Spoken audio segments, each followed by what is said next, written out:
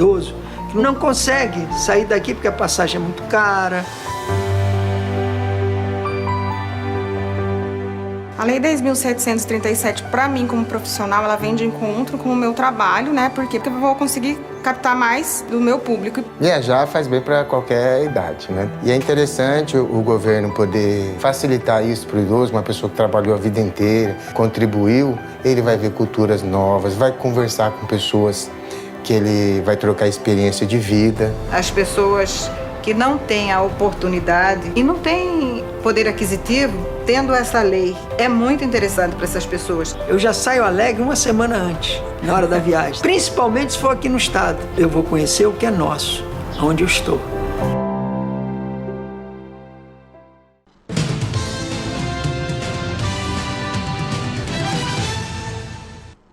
Olá, hoje nós recebemos o deputado estadual, doutor João, do MDB, para trazer um pouco aí do balanço dos seus projetos, da sua atuação junto à Assembleia Legislativa de Mato Grosso. Deputado, obrigada por ter aceito o nosso convite de estar aqui. A gente sabe que esse fim de ano está bem corrido, né? A gente agradece a sua presença. Eu que agradeço, é um prazer de novo estar aqui falando com vocês. Um site que a gente estava conversando antes, um site bem interessante, onde pontua muito com a verdade. Então é um prazer estar aqui, fazendo um balanço do que parece que nós já vai fazer quase um ano, né, que nós estamos lá na Assembleia. Gestão, né? Está acabando o ano e foi um ano assim, um ano proveitoso, foi um ano principalmente de aprendizado, né? Eu sou médico por formação, 38 anos de formado, e um dia eu resolvi ser candidato, fui iluminado, que ganhei a eleição, e começamos devagarinho, escutando muito, falando pouco, né? Escutando. E agora já estamos colocando um pouquinho as manguinhas de fora, começamos a falar um pouquinho e aprendendo principalmente essa engrenagem da Assembleia. Essa engrenagem política, como que funciona. Porque a gente chega muito ansioso. Eu, principalmente por causa da minha profissão, a minha profissão exige muito imediatismo. Eu estou com um paciente, ele está na beira de um leito, está muito grave, está para morrer ou não, então depende da minha atuação. Então, eu por natureza sou assim, imediatista, né? E ali não, ali tem que ser devagar, tem que conversar, não sou eu que decido, é um monte de gente que decide, tem mais 23 colegas, tem o governo, tem os secretários, aí você tem que ir atrás. Então isso aí no começo eu senti muita dificuldade, né? Pelo meu fato de eu ser a vida inteira imediatista. Mas agora a gente já está acostumando bastante, está observando. E o engraçado, esse final de semana mesmo eu estive na minha base em Tangará, que as pessoas cobraram de mim alguma coisa nesse sentido. Mas eu achei que se eu fosse chegar lá, resolver muito rápido as coisas, né, pelo fato de o senhor ser médico. Falei, então eu também achei, mas não é bem assim que funciona. A gente inclusive o recebeu aqui no início da gestão, né? A gente vai deixar até um card aqui com essa entrevista falando da sua eleição e das suas expectativas, né? Então, assim, o que o senhor destaca nesse ano de projetos que o senhor conseguiu propor, debater lá na Assembleia, que foi possível? Nós fizemos bastante projetos, nós fizemos mais de 70 projetos de lei, né? Sendo que alguns, assim, que de impacto, na minha opinião, bastante interessante. Um foi, que já foi sancionado, né? Foi o do empoderamento da mulher. Colocar isso em lei, já foi sancionado pelo governador. Que está muito na moda você falar da mulher e os direitos da mulher, os direitos fundamentais, e que ela tem que ter o mesmo salário, que ela tem que ter as mesmas, né, os mesmos privilégios das pessoas, e que a gente vê na prática e todo dia, e parece que está aumentando, né? Essas mulheres, elas não divulgavam nada do que acontecia, não é que está aumentando, já existia. Então, esse projeto de lei, hoje é lei, né? Eu analiso ela como uma frase só. Eu acho que a mulher, essa lei reflete isso, a mulher precisa de respeito. O respeito, na minha opinião, também está muito na moda esse termo, precisa de respeito. Respeito, que ela tendo um respeito com a sociedade, independente da cor, da raça, do credo dela. E outra coisa que ela necessita é de oportunidade. Se você tendo um respeito e oportunidades, né? Agora você não precisa fazer lei. Isso que é engraçado no Brasil, né? Você tem que fazer uma lei para isso. Essa lei está lá no papel. Será que ela vai ser seguida? Será que a gente não tinha que ter uma educação para a gente respeitar não só a mulher? Hoje, por exemplo, é Dia Mundial do Deficiente Físico. Ah, tem que ter lei para proteger o deficiente, lei para proteger a mulher. Eu acho que isso aí devia estar dentro da gente. Nós devíamos ser educados. A educação seria tudo, né? Em Mato Grosso existe uma lei para garantir o direito da mulher a amamentar o filho em público, Você né? já pensou? Precisou fazer isso, Precisou né? fazer uma lei? Essa lei do empoderamento que o senhor conseguiu, essa sanção, ela na prática, o que ela garante para a mulher? É área de trabalho, é saúde? Não é em todos os sentidos. É oportunidade. Oportunidade num trabalho, ela tem um salário igual para todo mundo. Na área de saúde, que ela tem que ter todos os direitos. Um direito que você falou aí, de amamentação, um direito de ela ter condições específicas de procurar uma saúde pública, onde ela possa ser atendida, por exemplo, uma mulher grávida. Uma mulher grávida, por exemplo, nos Estados Unidos, uma mulher fica grávida, ela é tratada assim a pão de ló, um exemplo. Sim, e não tem lei nenhuma para isso não, porque ali vai ter um americano que vai nascer. E nós devíamos ter isso aqui. Proteger essa senhora, essa mãe que está gerando um filho, né? Então, assim, você tendo, é uma situação que você melhora muito a condição de vida dessa pessoa. Assim, talvez essa lei seria mais por uma reflexão. Eu acho que a gente tem que refletir em relação ao que está acontecendo com a mulher hoje em dia. Porque o massacre está sendo muito grande, o feminicídio está sendo muito grande, e todos os dias a gente está vendo. Ah, mas aumentou. Não, não aumentou, sempre existiu. Né? Tem outro projeto de lei que foi feito lá, que nós fizemos lá, um colega fez, eu até fiz, ele já tinha feito, sobre delegacia da mulher. Delegacia da mulher à noite e final de semana não funciona. Não funciona. Ué, mas é o final de semana que o maridão toma umas cachaças a mais e que chega em casa, de repente vai bater na mulher, vai agredir a mulher. E à noite também, a hora que essa mulher chega do trabalho, a hora que o companheiro chega do trabalho, de repente não sei o que aconteceu lá. E ela não tem, ela tem que esperar uma segunda-feira para ir numa delegacia normal para denunciar. Só que hoje em dia elas estão perdendo esse medo e estão denunciando. Então a gente tem a sensação que está aumentando. Não está aumentando. As estatísticas estão... Sempre existiu, né? Deputado, a gente, até aproveitando esse assunto, a gente teve aqui recentemente uma médica obstetra, o senhor deve conhecer, a doutora Caroline Pacola, né, que ela trabalha muito com a conscientização para o parto normal, né, e oferecer o máximo de estrutura e para a mulher ter condições de ter esse parto normal. E ela fez aqui uma provocação, que na verdade, assim, existe já a previsão da analgesia para o parto, mas não é na prática,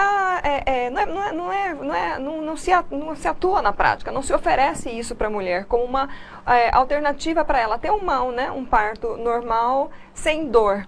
E claro que nos hospitais privados, os médicos, né, podem oferecer, ou a mulher pode pedir, isso demanda também a presença de um outro profissional médico, um anestesista, mas no SUS isso não acontece, né? E assim, e ela fez essa provocação, será que nós vamos precisar de uma lei para obrigar os hospitais a colocarem, oferecerem analgesia do parto, que isso já aconteceu lá atrás, quando permitiu a presença de um acompanhante, né, com a mulher que estava em trabalho de parto, e isso ajudou muito também na questão emocional, psicológica, né? Tem alguma, o senhor pensa já teve algum contato? Poderia, por exemplo, os deputados médicos da Assembleia assumir essa causa e trazer isso como uma lei aqui para Mato Grosso? Mas poderia sim. Esses dias eu estava pensando nisso. Eu tive uma funcionária que recentemente, eu estava em Tangará da Serra e eu estava vindo para cá. Aí a minha esposa encontrou com essa funcionária de manhã na clínica. Olhou para ela e brincou, falou assim, Adriana, eu acho que você vai ganhar neném hoje. Mas não deu assim uma hora, a menina começou a querer entrar em trabalho de parto. Foi para o hospital. Eu passei no hospital antes de vir para Cuiabá. Mas não demorou. Ela teve um trabalho de parto, com dor. Né? Eu sei que a hora que eu cheguei, deu 3 horas de viagem, nós chegamos aqui, ela já tinha ganho o neném, né? Já tinha ganho o neném, e eu comentei isso aí, inclusive com a minha esposa. Eu falei, engraçado, né? Não, porque antigamente, inclusive, quando era a época do INPS, tinha esse procedimento. Você ter um parto sem dor, fazer uma analgesia, né? Que você ter. Agora, eu acho que essa provocação é muito válida, porque nós temos a Comissão de Saúde da Assembleia, nós somos em 4 médicos e mais um outro colega que foi... Ele é funcionário de carreira da Secretaria Estadual de Saúde, ele é gestor em saúde, né? E aí eu acho que você pode ter certeza.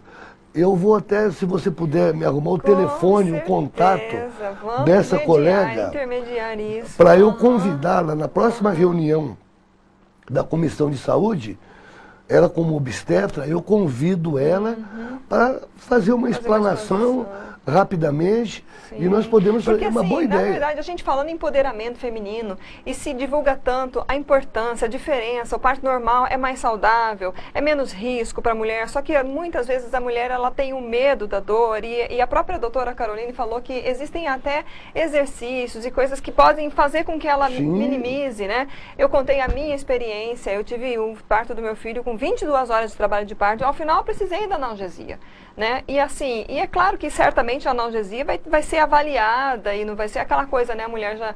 Mas assim, a mulher não precisa parir com dor, né, doutor? Não, em hipótese alguma. E outra coisa, é o que você falou, um parto normal, né, você tem alta no outro dia, você vai para casa. Sim. Você vai para casa, você vai alimentar seu filho, você vai levantar, você vai andar, você vai tomar um banho, acabou, você está inteirinha. Essa moça que trabalha comigo, 3 dias depois ela estava andando lá na clínica, minha mulher falou, vai embora daqui, o que você está fazendo?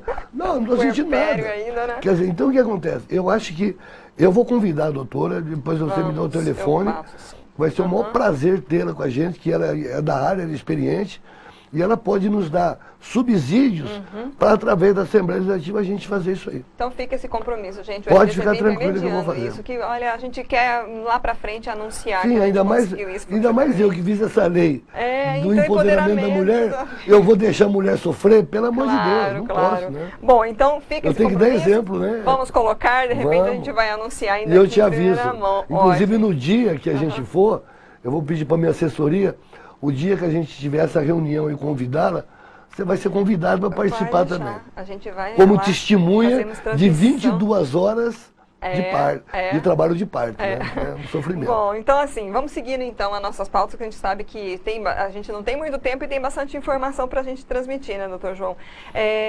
Falando um pouco aí dos projetos também que o senhor já propôs e agora até a sua assessoria chegou contando, é uma notícia para quem estuda em faculdade privada e às vezes precisa fazer rematrícula, perde prazo, precisa fazer prova de novo. O senhor conseguiu uma conquista aí? Foi sancionado hoje, né? Já tinha uma lei parecida, semelhante no Rio de Janeiro, e a gente lendo, tendo informação, foi sancionado hoje o seguinte, é a rematrícula, você fazer uma prova, você perder a prova, tem que fazer outra prova, tudo na escola privada você tem que pagar. Tudo você paga, você tem direitos, pouquíssimos direitos, né? E os deveres são muitos. Porque é um absurdo você estar doente, por exemplo. Você tem uma prova, hoje à noite você ficou doente, ou tem algum problema qualquer, problema particular sério, e você não pode fazer a prova. E depois você vai fazer a segunda chamada, que eles chamam. E aí, para fazer essa segunda chamada, normalmente tem dias marcados, tudo direitinho, você tem que pagar. A rematrícula... Por que você vai pagar a rematrícula? Rematrícula aqui é um 13º. Então nós fizemos esse projeto de lei e tivemos a felicidade, foi sancionado, chegou a informação, foi sancionado hoje. Eu acho que vai ajudar muito as pessoas. Nós temos muito aluno carente, sabe, que eles trabalham de dia e para fazer uma faculdade à noite, todo o salário deles praticamente muitas vezes vai ali para pagar a faculdade. Faz um financiamento. Sabe, fazer financiamento, fazer um monte de coisa. E além de ter que pagar outras taxas. Eu acho, então nós achamos isso um absurdo e fizemos esse projeto e graças a Deus foi sancionado hoje. Então fica aí essa garantia. A gente sei que está em faculdade, dá uma olhada, leva, né, procura ali Foi sancionado hoje, a lei entra em vigor a partir de hoje, no dia 3 de dezembro de 2019. boa notícia, uma economia E aí. é final de ano, as pessoas vão ter que fazer rematrícula, justamente. vão ter que fazer segunda chamada, já avisou. Tem uma lei lá, não pode Bem cobrar. boa época, né? Deputado, uma outra questão. O senhor propôs aí uma alteração na Constituição Estadual, né? Uma PEC, então, para alterar aí o prazo de análise das contas do governo pelo Tribunal de Contas, né? Queria que o senhor explicasse o porquê a alteração desse prazo. Realmente, eu fiz isso aí, eu conversei com várias pessoas e o que eu via de prefeitos, e a gente vê, acompanha pela imprensa, e conversando com alguns conselheiros, o que acontece? Você tinha um prazo, esse prazo nunca era seguido, nunca dava tempo, então aí tinha que fazer de novo. O que acontecia? Era 60 dias. É muita coisa para o Tribunal de Contas analisar. Seria fácil de uma prefeitura, de uma cidade pequenininha. E aí de um governo do estado, de uma prefeitura de uma cidade acima de 100 mil habitantes, é muito detalhe para ver. Então é por isso até que o Tribunal de Contas, na minha opinião, ele, por exemplo, aprovava e tinha lá 80 situações que era para rever. Porque eu acho que não dava tempo dele ver tudo. Então, com isso, ninguém perde nada, que na realidade, se você for analisar, na prática, já até acaba existindo isso, então você põe, eu fiz uma emenda constitucional para deixar, em vez de 60 para 120 dias, que as pessoas teriam mais tempo para analisar com cuidado, para depois não ficar voltando, indo e voltando, sendo discutido uma situação que não foi estudada. Então, se você estudar, se o Tribunal de Contas tiver tempo para estudar melhor o que está acontecendo, analisar essas contas, eu acho que facilita para o Tribunal de Contas e facilita também para as prefeituras e para o governo do Estado. Essa está em tramitação, essa proposta ainda. É uma PEC, né? Tá, agora vamos mudar um pouquinho de assunto, porque a gente já está com um tempo também bastante avançado na nossa entrevista e eu queria falar um pouquinho de futuro político, de projetos aí para o ano que vem. Ano que vem é ano de eleição, né? O senhor vem de um município, né, Tangará da Serra, em que pega fogo a eleição municipal, né? Como é que estão os seus projetos? O senhor pensa em sair candidato a prefeito em Tangará, ou quem o senhor apoiaria? Esse final de semana, inclusive, eu estive lá, eu estive até num lugar lá que é a feira que eu tanto adoro, a feira de Tangará. Eu falo que é a melhor feira do estado de Mato Grosso. E eu fui muito cobrado sobre isso, né? De ser candidato. Eu descarto, eu não sou candidato de maneira nenhuma. Eu acredito que eu aqui em Cuiabá, na Assembleia Legislativa, eu posso ajudar muito mais, não só Tangará, como a minha região ali. Toda a região, a gente envolve, esse dia eu estava contando, da onde eu atuo, basicamente, que vai até Aripuanã com o Misa, são 26 cidades. Nossa. E só tem eu de deputado estadual. É uma coisa muito... É por isso que as pessoas falam assim, nossa, você anda demais, eu te vejo em cada lugar, mas eu venho de uma base que é muito grande, só se elegeu, só eu que fui eleito. Então eu não sou candidato, para ser bem objetivo, e nós vamos analisar, porque eu brinco que Tangará da Serra hoje tem mais pré-candidato a prefeito do que pré-candidato a vereador. Então eu acho que deixa dar uma sentada, muitas pessoas estão querendo sair agora já se queimaram um pouco, você entendeu? Então, vamos analisar, eu acho que tem que fazer pesquisa, tem que dar uma injeção de o que vai fazer, uma injeção de proposta dessas pessoas que são pré-candidatos. O que eles pretendem? Tangará é uma cidade de mais de 100 mil habitantes, que está necessitando urgente de um crescimento, uma cidade que tem um comércio maravilhoso, um comércio muito forte, mas nós precisamos levar indústria. As estradas agora, desde quando nós assumimos, né, com a nossa amizade, com o nosso respeito que a gente tem com o pessoal da Sinfra, arrumou bastante nossas estradas, e nós precisamos do quê? Nós precisamos de indústria, nós precisamos de geração de emprego em Tangará da Serra. Não pode ficar só no comércio e no agronegócio. Nós temos que evoluir para um ramo industrial, levar indústrias, porque tem poucas indústrias que geram bastante emprego lá. Tem umas 3 ou 4 só. Então o que acontece? Nós temos que levar gente para lá. gente que produza e que gere emprego para melhorar a qualidade de vida da nossa pessoa, das nossas pessoas. Né? Agora, para chegar nisso também, deputado, depende bastante dessa interação com o governo do estado, né? A gente sabe aí, teve esse ano, foi bastante criticada aí uma mini reforma tributária que o governo fez, e a gente recebeu aqui pessoas de várias áreas, né, setores, comércio principalmente reclamando bastante, né? O comércio principalmente foi o mais afetado, né? E eu fazia parte de uma comissão do comércio. E eu venho de uma cidade que tem um comércio extremamente forte, extremamente, é o que movimenta a cidade. E conversando com o pessoal da FEComércio, a gente era um grupo, né, de deputados ali, e nossa senhora, e algumas coisas nós conseguimos, mas foi o setor... A expectativa foi o setor mais prejudicado, sem dúvida nenhuma. Para o ano que vem, então, vocês voltarem a discutir isso e repensar, porque para trazer empresas, indústrias, tem que ter porque vai ter uma reforma, na realidade, vai ter uma reforma tributária a nível nacional. Então, através dessa reforma tributária, tanto é que a gente não queria, assim, muitos colegas lá falavam, não vamos votar nada agora, porque vai vir uma reforma tributária a nível nacional. Então, dependendo da reforma tributária que vier, alguma coisa pode ser mudada. Principalmente no comércio, eu acho. O comércio, a gente tentou, batalhou, mas aí é democracia, é voto, você não pode fazer nada, né?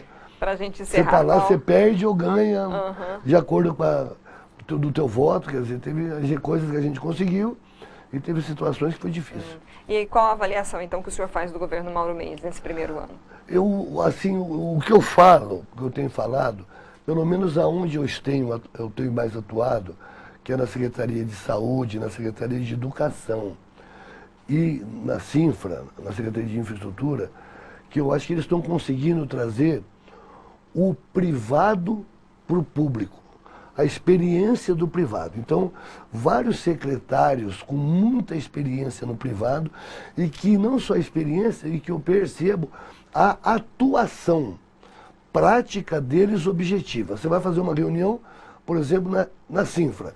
Eu preciso de uma estrada em tal lugar. Assim, ele fala assim, sabe quanto custa o quilômetro do asfalto? Não sei. Então, acabou a reunião, você vai lá, vai estudar, vai ver. Você sabe quantos metros quadrados precisa para fazer uma sala de aula? Quanto é o custo? Não sei, mas não sabe como. Tem que, né? Então, a gente vê muita...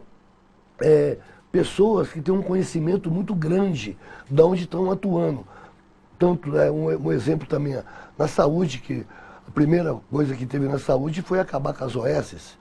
Isso dá uma economia para o Estado hoje fantástica, de milhões de reais. A educação, pegou uma educação com 398 escolas em estado precário. Então as pessoas estão, sabe, tanto é que nós estamos fazendo emenda. Eu mesmo, ontem, acabou de assinar a minha emenda, eu coloquei 1,5 milhão de emenda só para a educação, você entendeu? Para as escolas, aqui um pouco, e na minha região. Quer dizer, então, o resumo que eu faço do governo é que ele tem que continuar nesse caminho, só que ele precisa de uma coisinha, diálogo. Eu acho que o governo está precisando de mais diálogo com a Assembleia. A Assembleia, nós somos votados. Ali é nego de 20 mil votos, 30, 40 mil votos, até 50.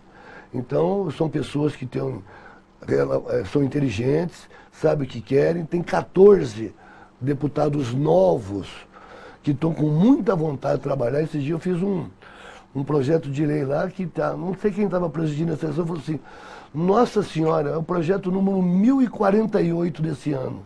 Nunca na história da Assembleia houve tantos projetos de lei como esse ano de 2019. Ou seja, significa o quê? Que os colegas, os deputados estão trabalhando. Então precisa ter uma proximidade maior entre o governo do Estado e a Assembleia Legislativa, um diálogo maior, discutir, não vir coisa de cima para baixo. Vamos discutir, porque a democracia, isso aí faz parte da democracia. Tá joia, deputado. Muito obrigada pela sua presença. Eu te agradeço, estamos sempre à disposição. E mais uma vez, faça esse convite. Sim. Quando eu convidar a doutora, você será convidada para ir lá participar comigo, tá bom? Tá bom, obrigada. Grande abraço a todos. Bom, nós conversamos com o deputado Dr. João do MDB, deputado estadual aqui em Mato Grosso. Essa entrevista fica disponível no nosso canal do YouTube, nos sites RDTV e RD News. Você pode também acessar, curtir e compartilhar. Obrigada pela audiência, até a próxima.